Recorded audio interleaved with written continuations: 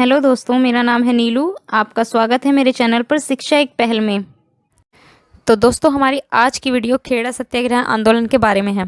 दोस्तों, ये video start करने से पहले मैं आपको बताना चाहूँगी कि अगर आपने हमारी चंपारण सत्याग्रह मूवमेंट पर वीडियो नहीं देखी है तो डिस्क्रिप्शन में दिए गए लिंक पर क्लिक करें और ज़रूर देखें, क्योंकि ये स्टोरी चंपारण सत्याग्रह के बाद ही स्टार्ट हुई थी। तो दोस्तों, खेड़ा सत्याग्रह मूवमेंट की स्टोरी शुरू करते हैं।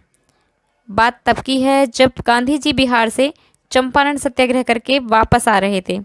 तब उन्हें पता चला कि गुजरात के किसानों से जबरन टैक्स लिया जा रहा है। अब हम जानेंगे इस टैक्स के पीछे हिस्ट्री क्या है। तो दोस्तों, सन 1918 की बात है। गुजरात के खेड़ा ज़िले में भयंकर अकाल पड़ा था, जिसके कारण किसानों की पूरी फसल खराब हो गई थी और जो बची थी वह उनके खुद के लिए ही कम पड़ रही थी। लेकिन ब्रिटिश गवर्नमेंट किसानों से उतना ही टैक्स वसूल कर रही थी जितना कि पूरी फसल पर लेना था। किसानों ने ब्रिटिश ऑफिसर्स के पास जाकर गुहार लगाई कि इस बार फसल अकाल के कारण नष्ट हो गई है तो किसानों का टैक्स माफ़ कर दिया जाए, क्योंकि रिवेन्यू कोड यानी राजस्व कोड में लिखा था कि अगर किसी खेत में फसल का 1/4 हिस्सा ही फसल होती है तो उस पर टैक्स नहीं लिया जा सकता। लेकिन ब्रिटिश गवर्नमेंट ने लगान माफ़ करने से साफ मना कर दिया। लेकिन जब गांधी जी को पता चला कि ब्रिटिश गवर्नमेंट तानाशाही दिखा रही है और कर्ज माफ़ करने को तैयार नहीं है, जबकि किसानों की मांगें सही हैं, नियम के अनुसार टैक्स को माफ़ कर देना चाहिए, पर माफ़ नहीं किया जा रहा, तो गांधी जी ने किसानों को सत्याग्रह करने की सलाह दी और सत्याग्रह का अर्थ भी समझाया। खेड़ा सत्याग्रह आंदोलन शुरू करने से पहले गांधी जी ने किसानों के सामने कुछ शर्तें रखी। गांधी जी ने किसानों से वचन लिया कि वह उनके साथ सत्याग्रह करेंगे और किसानों को उनका हक भी दिलाएंगे, लेकिन किसानों को भी डटे रहना होगा। भले ही ब्रिटिश गवर्नमेंट डंडे चलाए या गोलियां, लेकिन हम हिंसा नहीं करेंगे, हम सिर्फ सत्य की शक्ति पर ही आग्रह करेंगे। गांधी जी ने किसानों से कहा कि इस वचन को तोड़कर मुझे धोखा देने से अच्छा होगा कि रात में आकर मेरी गर्दन काट देना।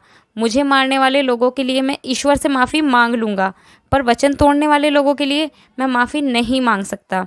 इसके बाद गांधी जी ने किसानों के साथ मिलकर सत्याग्रह करना शुरू कर दिया और लोगों से, समाज से अपील की कि वो समाज सेवक बने।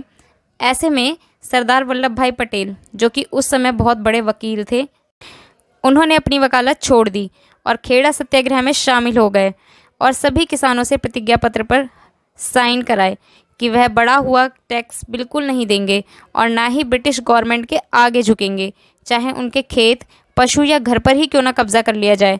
सभी किसान अपनी प्रतिज्ञा पर अड़े रहेंगे। इसके बाद किसानों ने टैक्स नहीं भरा और टैक्स ना भरने पर ब्रिटिश ऑफिसर्स ने किसानों से उनकी ज़मीन और उनके खेत, यहाँ तक कि उनके पशु भी उनसे छीन लिए। देखते ही देखते किसानों के पास खाने के लिए कुछ भी नहीं बचा। तब गांधी जी के आदेश पर मोहनलाल पांड्या और कुछ किसान मिलकर एक खेत से पूरी प्याज की फसल उखाड़ लाए। जब ब्रिटिश ऑफिसर्स को ये बात पता चली तो उन्होंने किसानों को पकड़ लिया और उन पर मुकदमा चलाकर उन्हें सज़ा भी दे दी। लेकिन इतना सब कुछ होने के बाद भी किसान इस सत्याग्रह आंदोलन से पीछे नहीं हटे और आखिरकार ब्रिटिश गवर्नमेंट को उनके आगे झुकना ही पड़ा। ब्रिटिश गवर्नमेंट को सन 1918 का टैक्स माफ़ करना पड़ा और साथ ही सन 1919 में टैक्स कम करके लेना पड़ा और किसानों से ली हुई उनकी सारी संपत्ति उन्हें वापस लौटानी पड़ी। ये सत्याग्रह किसानों की एक बहुत बड़ी जीत हुई। खेड़ा सत्याग्रह को प्रथम असहयोग आंदोलन भी कहा जाता है।